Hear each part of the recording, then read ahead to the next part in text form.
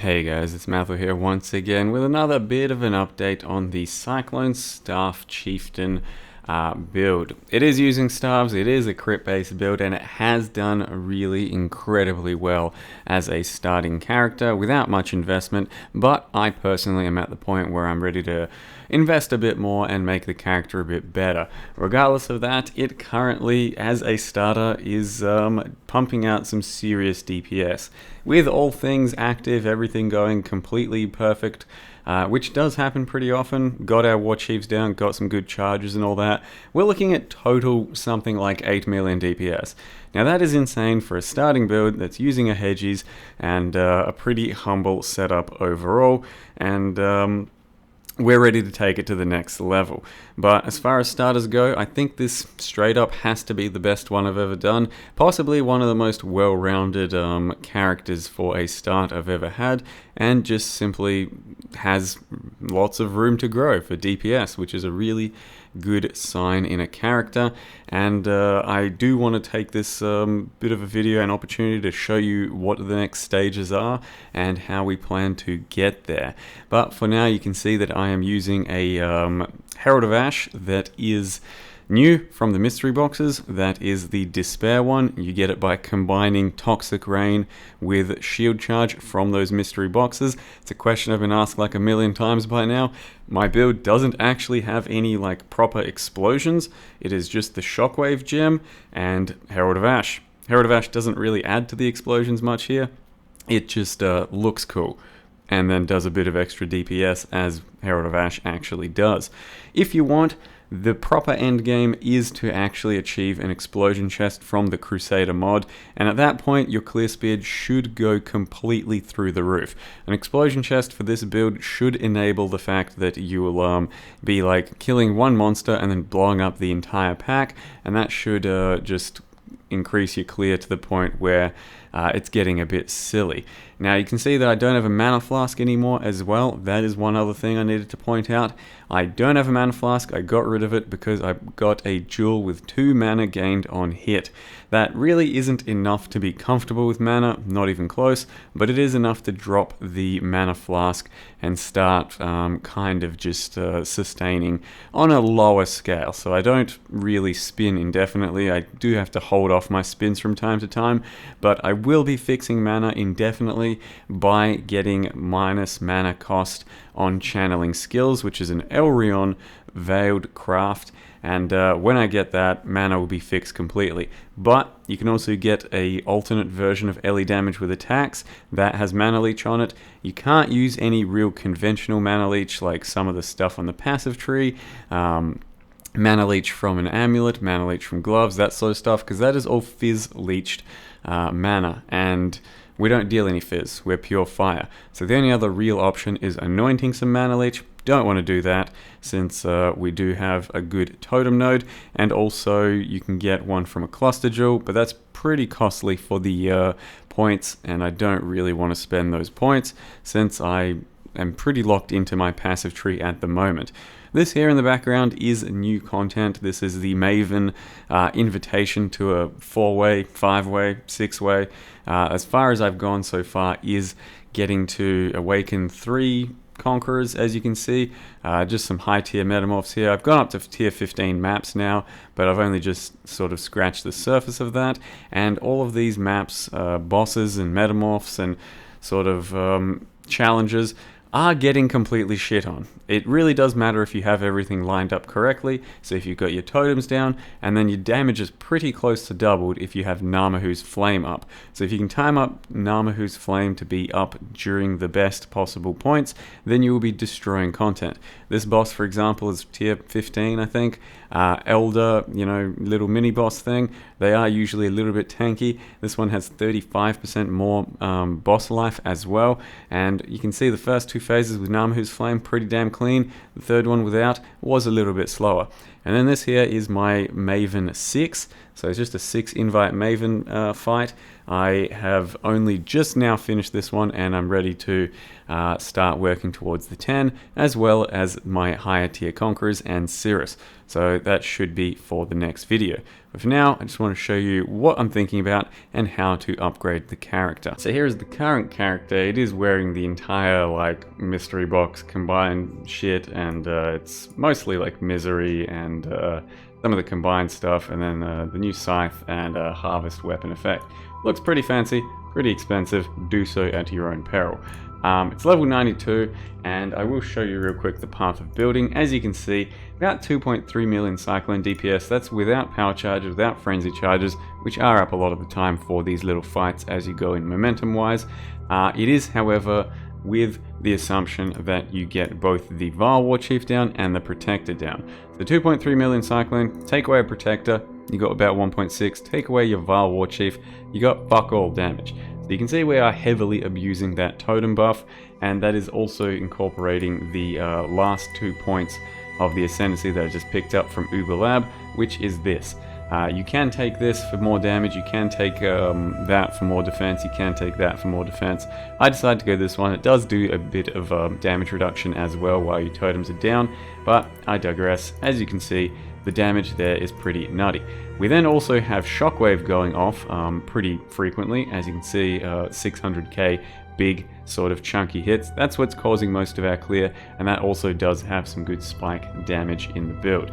And then each of those Var War Chiefs, if you have 2 of those down, about 1 million DPS, and then 1 Protector down, he's rocking about 500 as well. So you add 1.5 million there, you have a base of about 3 million Cyclone, and then if you time it well with Namahu's Flames Advance, you get, hold on a second, close to double your damage. So like I said, pretty large things happening. You can add frenzy and power charges for certain encounters, certain things, and it gets kind of filthy. So the damage is really good, and that is still off of a Hedges, which is such a basic starter weapon, and we do plan on upgrading that.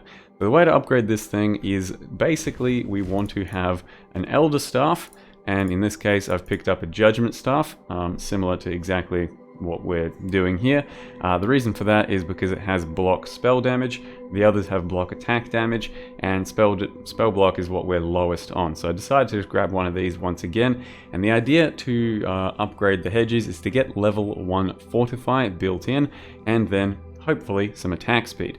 If I can end up getting rid of this current physical damage through either Harvest, Annulling, Beast Crafting, and just leave Fortify and attack speed, I can then multi-mod 2 other physical rolls, and that will leave us with a staff that's probably got about 500 DPS and the level 1 Fortify, which is a 7 link, and level 1 Fortify should add like 25% more damage or some shit. Let's see.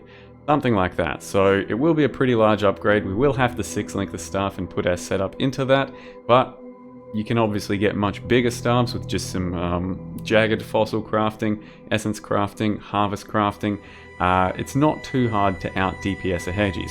The main thing about a Hedges is it gives us a pretty comfortable power charge generation, but that leads me to my next upgrade. Our next thing is probably getting an Assassin Mark ring. So this ring's pretty damn nice. I don't think it's going anywhere. We probably want a Shaper ring with the Assassin Mark on hit mod, and then that's going to put Assassin Mark on any rares and uniques we fight, guaranteed. Currently, our situation is that we get Wave of Conviction and Flammability going off of a custom damage taken, so most enemies that are going to be a bit thicker do some damage, get waved, and they also get Flammability. Flammability is a curse, so it does have pretty large amounts of reduced effectiveness on endgame bosses, so Assassin Mark is a bit more ideal, and it also smoothens out our crit and crit multi. So ideally we get rid of this ring and get some Assassin Mark on hit action, and that also gives us power charges throughout fights, or throughout content, just not really through fights. But it's not too hard to upgrade this thing with a bit of physical crafting. There's staves out there with 700-800 DPS already. This thing's like 450 or some shit. Let me just double check. If you didn't know, you can copy an item from the game into Path of Building just by hovering it, hitting Control C, then tabbing to Path of Building and hitting Control V. Currently 475 DPS. But likewise, you can do the same thing with this guy. Control C, Control V, and there's our staff. And then I can check exactly what it's going to be doing for us by just slapping on the physical mods that I want to have with the multi-mod in the end. and just pretend we haven't got rid of that. So yeah, it's going to be something like 560 DPS if I manage to do this thing, and then use Fortify built in as well. And built-in Fortify is going to be amazing for us, because then we don't have to leap slam to keep Fortify up whenever we think we need to. And the way we're going to then start cycloning all the time is to get minus channeling cost craft on one of our rings or something. So we'll go channeling. I'm not sure that's actually going to show it up. Certainly not at the moment. Ring. Mana. Maybe that'll work. Nah, it doesn't work for Veiled and Undiscovered and all of that. So it's an Elrion thing, and it ends up giving us, at best, -3 mana cost of skills. It ends up giving you -3 mana cost as a prefix on our ring amulet, and we get our Cyclone down to 1 mana. That's going to be insanely comfortable. At the moment, just using a Clarity at like level 4 or some shit to help out with mana, but the main mana sustain is coming from this jewel here, 2 mana gain on hit from your attacks. You can get that mod on rings, you can get that mod on gloves, so it's possible to fix that otherwise, but currently just use that guy as a sort of band-aid fix, and then eventually minus mana cost is going to get us to the end point. Like I said, you can also get alternate quality of LE damage with attacks, which will instead do mana leech. I think it's pretty rare and expensive at the moment, so I wouldn't bank on that one. We then have this chest here, so starting out with an Elder chest, you just hit some pristine fossils on it, and ends up being a pretty basic, just life chest. Managed to get life and life, and then stopped on that, and then added additional life through something. Remove suffix, add prefix, beast. Then guaranteeing the crit is incredibly easy, since Harvest Craft exists. You can put on attack, you can put on crit, and it has no choice but to give you attack, crit, from the Elder mod pool. This one is currently just a tier 2, so it's a piece of shit. We will try and reroll that from a tier 2 to tier 1 with the remove attack, add attack, something like that. But getting a chest like this is pretty good, because you want a lot of life, and that really bumps up my life total in the end. For a helm, it's pretty much what it is. You can get good helm enchants. You can put an Abyssus in this character, build a little bit more defensively as well. That would be the end game for maximum DPS for sure. Currently, doesn't feel like I need an Abyssus, but we'll have to wait and see. For an amulet, you really want the extra fire damage mod as a Elder mod, and ideally what you do with that is grab an amulet Elder base, put on 20% catalyst from Metamorph, and that would be increased elemental damage, and then start fossil spamming with increased fire rolls. So that is Scorched Fossils. That's going to give you the extra fire mod pretty commonly. You could also just use Essences of Scorn to try and get crit multi, but the ideal one has some crit multi, has some good extra fire, though you could just get a really good one with extra fire and not have to worry about the other stuff. Boots, we definitely want to get some Tailwind, so we do have some boots here. I just grabbed some two-tone boots, and your harvest has the option to add influence to items. I managed to add influence to these two-tone boots, and it was Hunter influence. Getting the Tailwind is going to be a bit more difficult because it is fairly rare, and it doesn't have a tag anymore, so you can't put crit onto it just the way that you used to with Harvest. So Tailwind is definitely the end goal there though. And then for a belt, I'm probably going to grab a Stygian, get some reduced mana flask charges and life increased LE damage, something like that, and chuck a jewel kind of like this guy in there. Just has some life, some crit on kill, maybe some onslaught, but probably some accuracy, something like that. And then you could end up replacing this for a Cinder Swallow flask, probably pretty expensive at the moment. And ultimately, I don't really know what else to tell you. Our 6th link for totems is probably just going to be a bit more damage. I don't know, melee damage, LE focus. Can't be LE focus, sorry, combustion. Could just be another inspiration. I don't know. But yeah, it doesn't really matter what the 6th link there is if we end up getting it.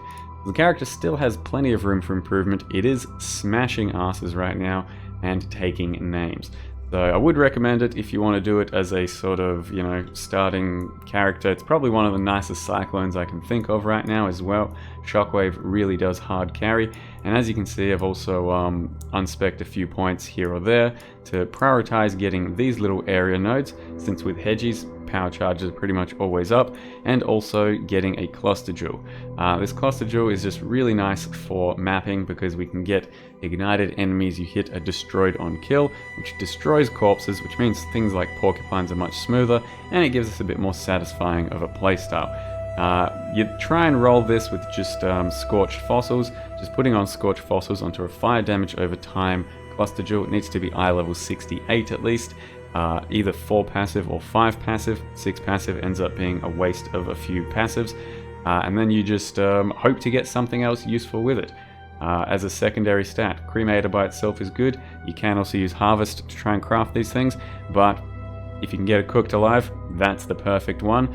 And there's plenty of other good ones, but we did get cooked alive after quite a few little attempts, and now that's the endgame jewel. I think that's it. There shouldn't be anything else to say about the character unless things change for me, but for now, thank you very much for watching. Hope you enjoyed the video, and see you next time.